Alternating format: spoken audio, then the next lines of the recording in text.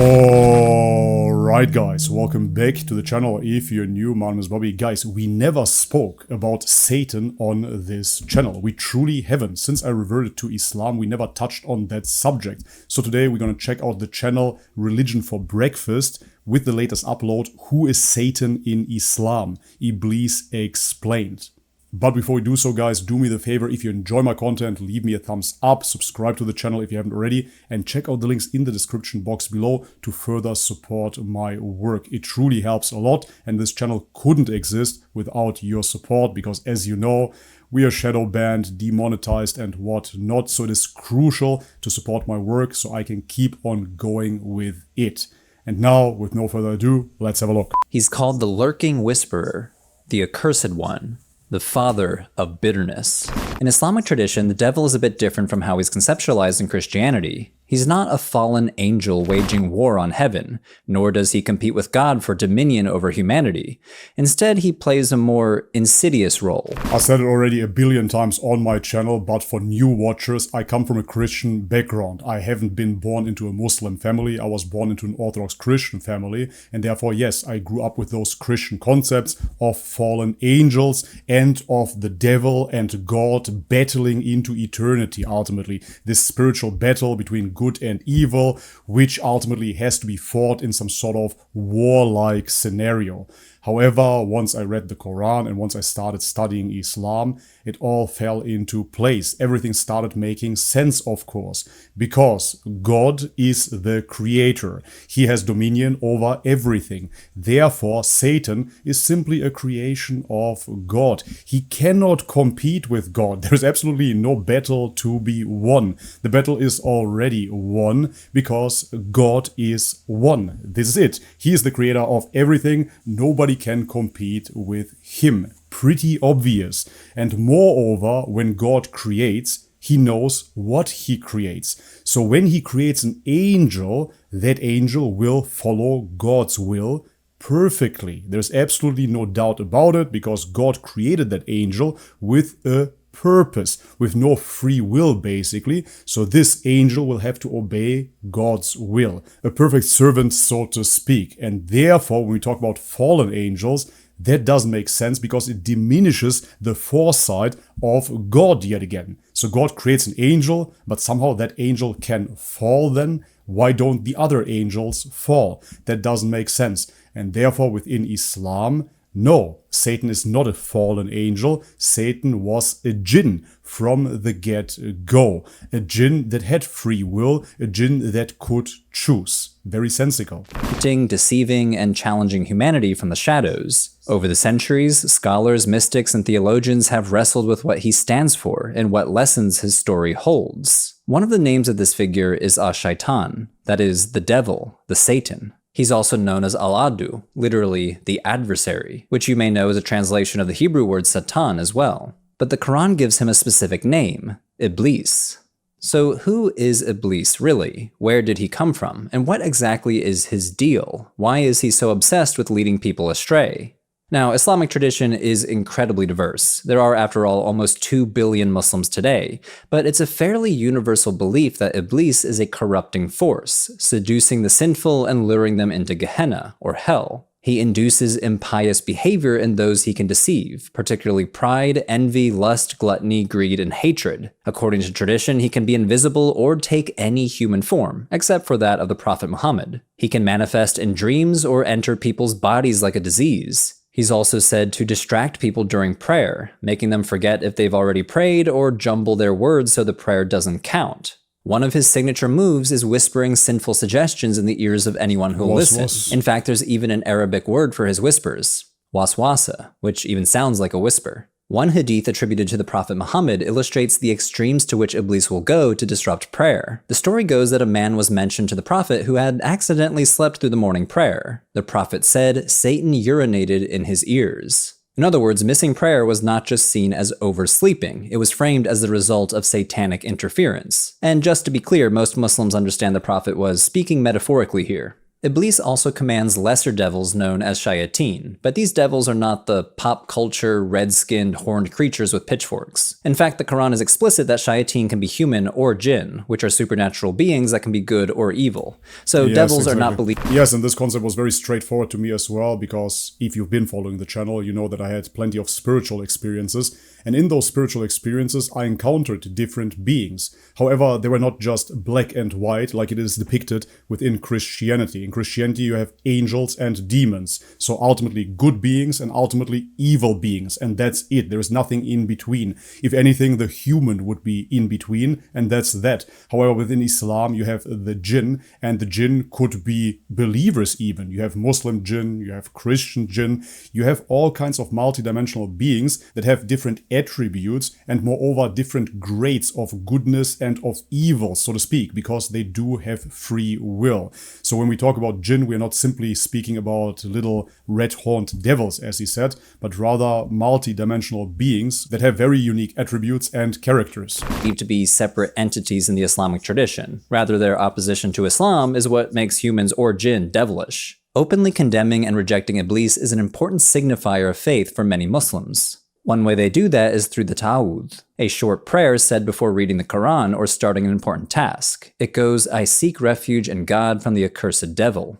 Another example happens during the Hajj pilgrimage, which every Muslim is expected to do at least once in their life if they're able. One of the rituals conducted during this pilgrimage is the stoning of the devil, which involves literally throwing stones at a series of walls in the Valley of Mina. This commemorates the story about the prophet Abraham. According to Islamic tradition, when Abraham was preparing his son Ishmael to be sacrificed, Iblis tried to talk him out of it, but Abraham resisted. Each time Iblis showed up, Abraham threw stones at him until he disappeared into the earth. As with Christian tradition, Iblis is identified as the one who tempted Adam and Eve out of paradise, though in Islamic tradition, he doesn't show up as a serpent. For example, check out this 14th century drawing of Adam and Eve in the garden, which depicts Iblis as an old man. That human-like depiction actually lines up with how many Muslims understand Iblis more broadly. Unlike in Christianity, where Satan is often described as a fallen angel, most Muslims today believe Iblis was never an angel at all. Instead, he's usually seen as one of the jinn, which, as I mentioned already, is a different being altogether. More on them in a bit. It's also important to note that Iblis is not seen as the ultimate source of evil in Islam. While he tries to trick mortals into committing evil acts, he's not their cause. In fact, the story of his fall from grace told in the Qur'an implies that he gets God's permission to tempt humanity. The story in the Qur'an goes like this. Because it would take away from God's sovereignty, from God's dominion, if Iblis would simply do what he wills and he has no permission of God, so to speak. How would that even work? If God is all-powerful, all-knowing, then there cannot be an adversary. There would be a duality that would make them ultimately into two gods. And this is why Christianity cannot hold true in that regard if we speak about pure monotheism. It is only Islam, yet again, where Allah has all the permission and gave the devil permission, of course, to deceive. He plays that role in this game, if you will. When God created Adam from clay and breathed life into him, he called together the angels and told them to bow to this new human.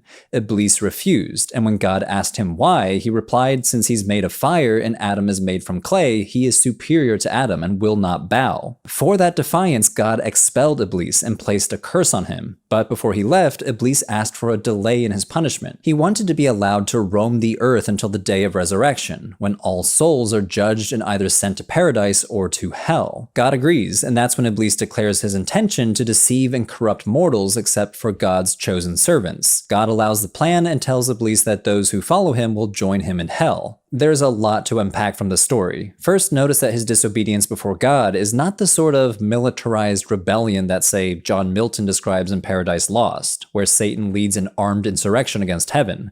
Instead, it's a simple refusal, a refusal to follow God's commandment to bow before Adam. You might be asking, why were the angels supposed to bow to Adam in the first place? Well, the Qur'an doesn't say outright, and Muslims have debated this for centuries. His defiance before God is not implied to reflect any attempt to compete with God. Instead, it seems to reflect his arrogance or stubbornness. Nor does Iblis hide his intentions to lead mortals astray. In fact, God specifically postpones his punishment so that he'll be able to do so. This is a vitally important idea often articulated in the Qur'an. Evil exists not because God can't stop it, but because he explicitly allows it. See, for example, Surah 6, verse 112, Exactly right. which reads, Yes, and this is why the so-called problem of evil is not truly a problem within Islam. In Christianity, God is love. He is simply love, and therefore the question becomes, if God is love, if he's so loving, why do we have evil in the world then, right? It's kind of opposing to God's nature, and it seems as if it is truly in competition, fighting God, good versus evil. Essentially a yin and yang philosophy, if you will. But within Islam, you don't have that. Life is a test, and God allows evil. And yes, evil can corrupt you, and that is part of the test. This life is not all fairies and rainbows. No, it's a tough test for you. And thus we have made for every prophet an enemy, devils from mankind and jinn, inspiring to one another decorative speech in delusion. But if your Lord had willed, they would not have done it. So Iblis is not conceptualized as God's arch enemy, nor does he have any pretensions about being equal to God. But despite these differences, the Islamic concept of Iblis is closely connected to the character of the Satan in the Hebrew Bible. And yes, exactly right, because how can a creation of God be in competition with God? Impossible. But moreover, what is quite interesting here is that they're depicting Jesus when he gets tempted by the devil. This is a story that we find within the Bible, right? And Christians will tell you that Jesus is God.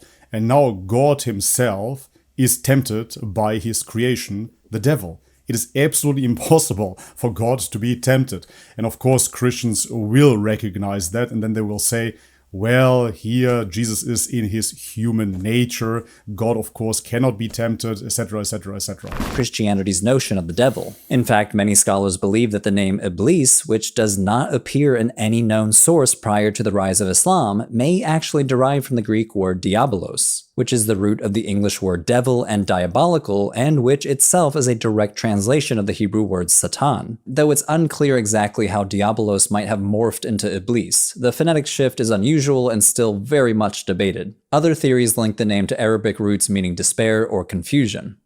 Although the story of Satan refusing to bow down before Adam does not appear in most Christian sources, remarkably similar versions do show up in some pre-Islamic texts. One example is the Syriac Christian Book of the Cave of Treasures, which scholars date before the Qur'an. In that text, God presents Adam in a glorious manner to the angels, who are then commanded to bow themselves before him. And when the prince of the lower order of angels saw what great majesty had been bestowed upon Adam, he was jealous of him from that day on, and he did not wish to worship him. And he said to his hosts, "You shall not worship him, and you shall not praise him with the angels. It is more seemly that you should worship me, because I am fire and spirit, and not that I should worship a thing of dust." According to the text, for this offense, God expels him from heaven. A similar story appears in a 4th century Coptic text from Egypt. The Archbishop Timothy of Alexandria describes God placing a crown on Adam's head and a scepter in his hand, and then commanding the angels to worship him, but Satan refuses. Since he was a being of great pride, he drew himself up in a shameless manner, and said, "It is more seemly that this human should come and worship me, for I existed before he came into being." According to this version, God orders the other angels to strip Satan naked and torture him as humiliation for his pride before casting him out of heaven. So the Quranic account of Iblis's fall from grace is strikingly similar to several apocryphal Christian texts. These texts were circulating throughout the Near East in late antiquity, and they portray Satan as a being overcome with pride who refuses to bow to Adam, and as a result is punished by God. Their echoes in the Quranic story suggest a shared conceptual framework, and highlight how the Quran engages with, adapts, and reinterprets earlier Near Eastern traditions and situates them within its own theological framework. Now, as I mentioned earlier, most modern Muslims agree that Iblis was never an angel, but rather one of the jinn. Today, angels and jinn are understood as distinct supernatural beings. Angels are God's obedient servants, often described as lacking free will. Jinn, on the other hand, are unpredictable. They have free will and can be either good or evil. The Quran quotes a group of jinn saying, "Among us are Muslims," literally those who submit to God, "and among us are the unjust."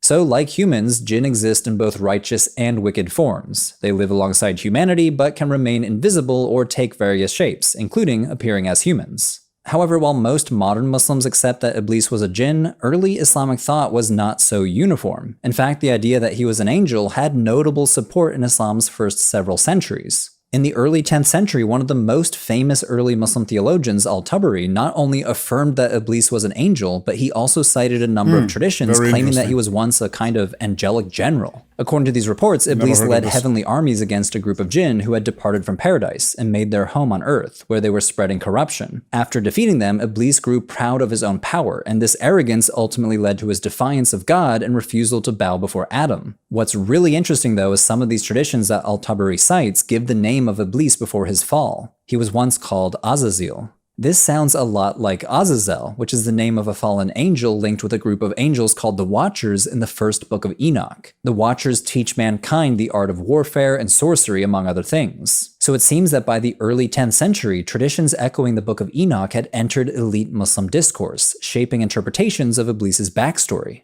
These parallels suggest a broader cross-pollination between Jewish, Christian, and early Islamic thought. Now, you might be asking, how is it possible that Muslims could disagree about whether Iblis was an angel or a jinn? Didn't I just say that his fall from grace is told multiple times in the Qur'an? Well, yes, it is, but what the Qur'an has to say about his origins is complicated. Sometimes it seems to endorse the idea that he's an angel. Surah 15, verse 31. So the angels prostrated, all of them entirely except Iblis. At other points, it implies that he's a jinn. Surah 7 verse 12 says, you created me from fire, while Surah 15:27 says the jinn were created from scorching fire.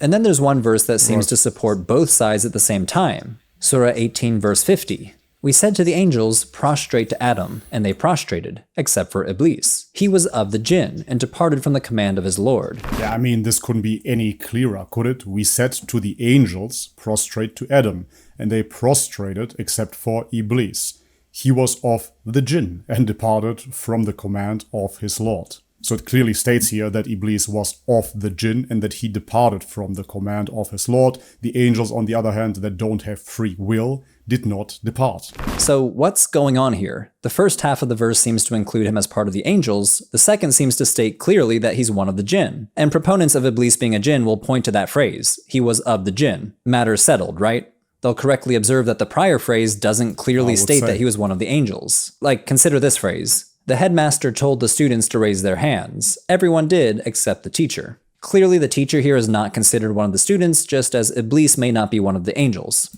According to this interpretation, he's understood to be one of the pious jinn, who once held a seat on the heavenly council without himself being angelic. According to one version of this, Iblis was captured by the angels during an earlier heavenly war, and while he was still young, was raised among the angels. But although he was grouped with the angels and shared their company, he remained fundamentally different. A jinn, not an angel. But proponents of Iblis being an angel will suggest a different reading of the phrase, he was of the jinn. See, the Arabic word for paradise is Jannah. And some of the most famous early Muslim theologians, including the 10th century jurist al-Ash'ari, plausibly argued that the passage didn't mean that Iblis was one of the jinn, but that he was of Jannah, of heavenly origin, as opposed to Adam, who was constructed of earthly clay. So who's right? Well, if we're going with modern consensus, then Iblis is one of the jinn, not an angel. But what if both sides were right? Some early Islamic sources suggest that angels and jinn were not always seen as separate beings. In fact, some traditions cited by al-Tabari in the 9th century describe the jinn as a type of angel, writing, Iblis belonged to a tribal group of angels called jinn. Among the angels, it was they who were created from fire. Another says the angels who were the gatekeepers of paradise were called jinn. Conversely, the 9th century scholar al-Jahiz argued the opposite. He classified jinn into 3 types. Evil jinn, known as shayateen, powerful jinn as ifrits, and completely pure jinn as angels. This is all to say that in the first few centuries of Islam's history, at least some Muslims seem to have embraced the possibility that Iblis was both an angel and of the jinn. But it's not an idea that's widely accepted today. For nearly 1400 years, Muslim mystics, intellectuals, and artists have offered novel and sometimes striking interpretations of Iblis' story. For example, the early Sufi mystic Mansur al-Hallaj saw Iblis' fall as a tragedy, not a tale of arrogance but of devotion. In his view, Iblis refused to bow to Adam not out of pride, but out of love for God. See, a central tenet of Islam is absolute monotheism. Only God is divine, and only God may be worshipped. But according to Al-Hallaj, Iblis' devotion to God was so profound that he was unwilling to bow before anyone else, even if that meant defying God's commandment and being expelled from heaven. And that last part is critical. It's not that Al-Hallaj believed that his punishment was undeserved or in any way unjust, only that it was the price of his devotion. Al-Hallaj's depiction of Iblis as the tragic ultimate monotheist paved the way for later mystics. Mystics such as Ayn al-Quda al-Hamadani propose that Iblis and his devils can be understood as servants of God and an extension of his will. By clearly delineating God's faithful from the sinful, they are actually performing a sacred service to the divine. Now, to be clear, these are pretty fringe ideas, and both Al-Hallaj and al-Hamadani were actually executed for heterodoxy. But they testify to the rich diversity of mystical interpretations that the story of Iblis has inspired. Among Muslim intellectuals throughout the medieval period and beyond, the story of his fall has been a way to explore both the nature of free will and theodicy, the problem of the existence of evil. In the first 2 centuries of Islam, a group called the Jabrites allegedly asked a thorny philosophical question. If God is the source of all actions, and nothing happens without his will or permission,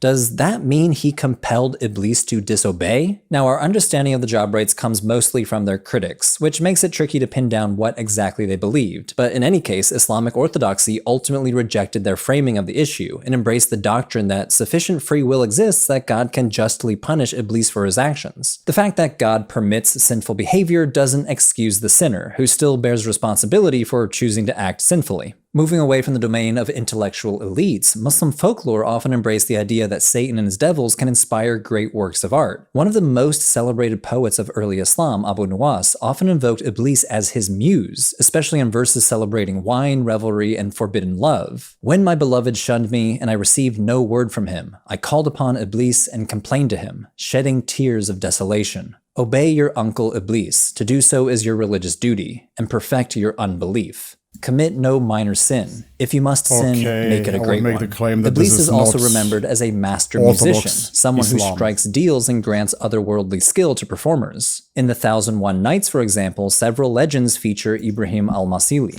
Yeah, I mean, this is very interesting, of course, because if you looked into Hollywood and all the conspiracies that come with it, Hollywood is an art performance industry, if you will. We're talking about film, we're talking about music, etc. And we hear of stories where people sold their souls to the devil. They made a pact with the devil, and this is how they got their talent. This is how they became rich and famous and whatnot. And therefore, those stories about people calling to Iblis would of course make sense in that regard. But, how I said already, this of course wouldn't be Orthodox Islam. Quite the opposite. I would make the claim that this is a twisting of scripture and ultimately Satanism. A musician who's said to have studied under Iblis himself. The connection between devils and the performing arts in Arab folklore is very old, similar to the Greek conception of daimons, which were ambiguous intermediary spirits who could inspire people. Pre-Islamic Arabs understood jinn or shayateen to be the inspiration behind creative works. And the Qur'an repeatedly emphasizes that Muhammad is not a poet, and that its verses are not mere poetry. Surah 36 verse 69 says, "And we did not give him knowledge of poetry, nor is it befitting for him. It is not but a message and a clear Qur'an."